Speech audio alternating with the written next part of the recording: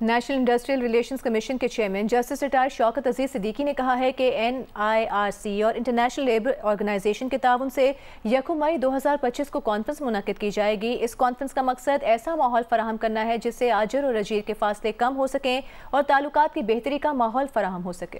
1969 کے بعد یہ پہلا موقع ہے کہ ایسی کانفرنس کا انعقاد کیا جا رہا ہے۔ امید ہے یہ ایونٹ بہت کامیاب ثابت ہوگا۔ اس 1 مئی 2025 کو ہم ایک کانفرنس کا انعقاد کر رہے ہیں NIRC اور ILO کے آپس کے تعاون کے ساتھ۔ بنیادی طور پر ہمارا جو مقصد ہے وہ یہ ہے کہ ہم ایک ایسا ماحول فراہم کریں امپلائرز کو اور ورکرز کو، آجر اور اجیر کو، جس میں وہ اپنے تعلقات کو بہتر بنا سکیں اور یہ ایک فاصلے ہیں وہ کم ہو سکیں۔ NIRC کی ذمہ داریوں میں سے یہ ایک ذمہ داری ہے کہ اس نے صنعت کار اور ورکر کے درمیان تعلقات کو خوشگوار بنانا ہے، ایک اچھی سمت میں لے کے جانا ہے اور صحت مند رویوں کو پروان چڑھانا ہے۔ اور یہ اتفاق سے پہلی دفعہ ہے کہ 1969 سے لے کر اب تک کہ NIRC نے یہ انیشیٹو اس دفعہ لیا ہے اور اس کو بہت زیادہ پذیرائی ملی ہے۔ ہم اس ایونٹ کا انتظار کر رہے ہیں اور ہمیں امید ہے کہ انشاءاللہ یہ ایونٹ بہت ہی کامیاب ثابت ہوگا۔ امیر JUI مولانا فضل الرحمان نے کہا ہے کہ JUI کی مجلس عمومی فی الوقت اپوزیشن اتحاد میں شمولیت کی حامی نہیں ہے۔ اسلام آباد میں گفتگو کرتے ہوئے فضل الرحمان نے کہا کہ اپوزیشن اتحاد میں شمولیت پر کام کیا جا سکتا ہے، اس کی گنجائش موجود ہے۔ اپوزیشن کا کوئی بڑا اتحاد قائم کرنا، اس پر ہماری جنرل کونسل نے ہم نے ان کے سامنے ساری بات رکھی، لیکن کونسل اس پر ابھی آمادہ نہیں ہے اور اس پر کام کی ضرورت ہوگی۔ یکدم سے ایک جست میں شاید ہم یہ مقصد حاصل نہ کر سکیں، لیکن ہم باہمی رابطے کو برقرار رکھیں گے تاکہ کہیں پر بھی اگر کوئی فوری طور پر کسی اشتراک عمل کی ضرورت پڑے اور کسی جوائنٹ ایکشن کی ضرورت پڑے تو اس کے لیے راستے کھلے ہیں، فضا ہموار ہیں اور کریں گے انشاءاللہ۔ وزیر اعلیٰ سندھ سید مراد علی شاہ نے کہا ہے کہ انہوں نے NFC کے لیے اپنا نمائندہ نامزد کر دیا ہے۔ جیو نیوز کے پروگرام کیبل ٹاک میں میزبان حامد میر سے گفتگو کرتے ہوئے انہوں نے کہا کہ NFC کے لیے انہیں وفاق کی طرف سے خط ملا جو ایک مثبت پیش رفت ہے۔ پرسوں مجھے خط ملا فائنانس منسٹر صاحب کا۔ NFC کے اندر ایک فائنانس منسٹر ممبر ہوتا ہے ہر صوبے کا، اور ہر صوبے سے ایک اور پرائیویٹ بندہ صوبائی حکومت نامنیٹ کرتی ہے۔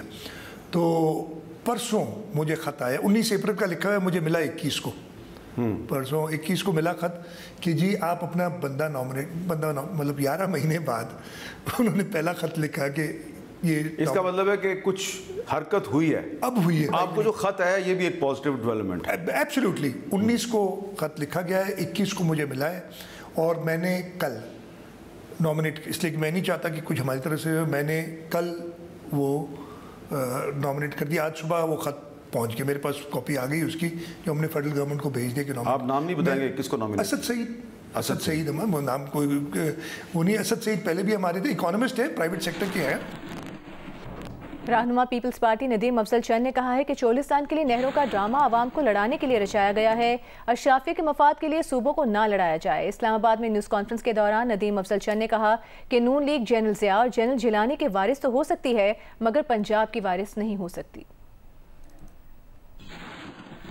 سارا دیکھیں کہ یہ زمین آباد کیوں کرنا چاہتے ہیں، یہ نہروں کا ایک نیا انہوں نے یہ ڈرامہ کیوں رچایا ہے۔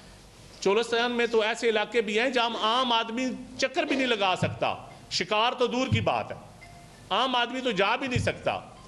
تو اس لیے آپ صوبوں کو نہ لڑائیں اشرافیہ کے لیے، آپس میں عوام میں نفرتیں پیدا نہ کریں سرمایہ داروں کے لیے، اور پھر اپنے آپ کو پنجاب کے وارث سمجھتے ہیں۔ پنجاب کے یہ وارث جو اپنے آپ کو کہتے ہیں، پہلے تو وہ منسٹر صاحبہ کا پہلے جو انہوں نے موجودہ اپنی نون لیگ کی قیادت کے بارے میں جو فرمایا اس سے پہلے، ان کا پرانا کلپ اٹھا کے چلا لیں، وہی ان کو جواب ہے۔ گورنر جیلانی کے وارث تو ہو سکتے ہیں، پنجاب کے وارث آپ نہیں ہو سکتے۔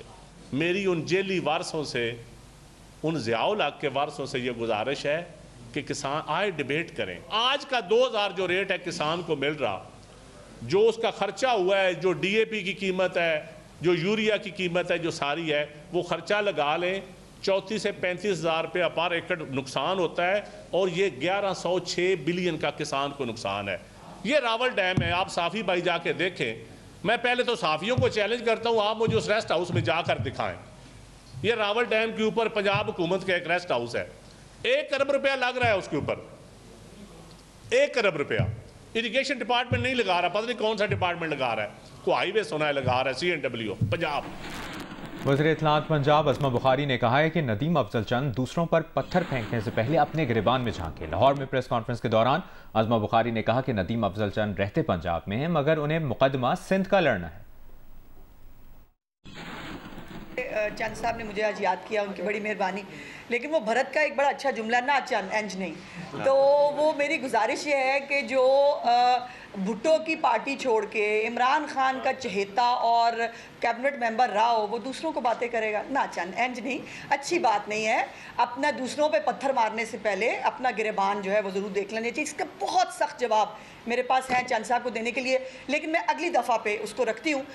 یہ جیسے کرمانی صاحب نے کہا, خود ہی کنال کا ایشو بناؤ, خود ہی اس پہ سیاست کرو, خود ہی اس پہ جو ہے وہ جلوس نکالو, خود ہی اس کے اوپر جو ہے وہ تقریریں کرو, خود ہی جلسے کرو. ہم تو بیچارے صرف سن رہے ہیں, اور سن کے جو وہاں تک سنتے ہیں برداشت سے باہر بھی ہوتی ہے سم ٹائمز. بہت ساری بات چونکہ ہم اتحادی حکومت ہیں, آپ کو نہیں پتا, 16 سال سے بلا شکایت غیرے آپ سندھ میں حکومت کریں اور اس کے بعد سوال ہم سے پوچھیں, تو نہ چند صاحب انج نہیں. جو رہتے پنجاب میں ہیں لیکن کیس ان کو سندھ کا لڑنا ہے, تو ان کو ذرا کسی دن پوچھئے گا کہ پیارے بھائی آپ جو پنجاب کے اندر رہتے ہیں, کبھی پنجاب کی بات کریں گے آپ؟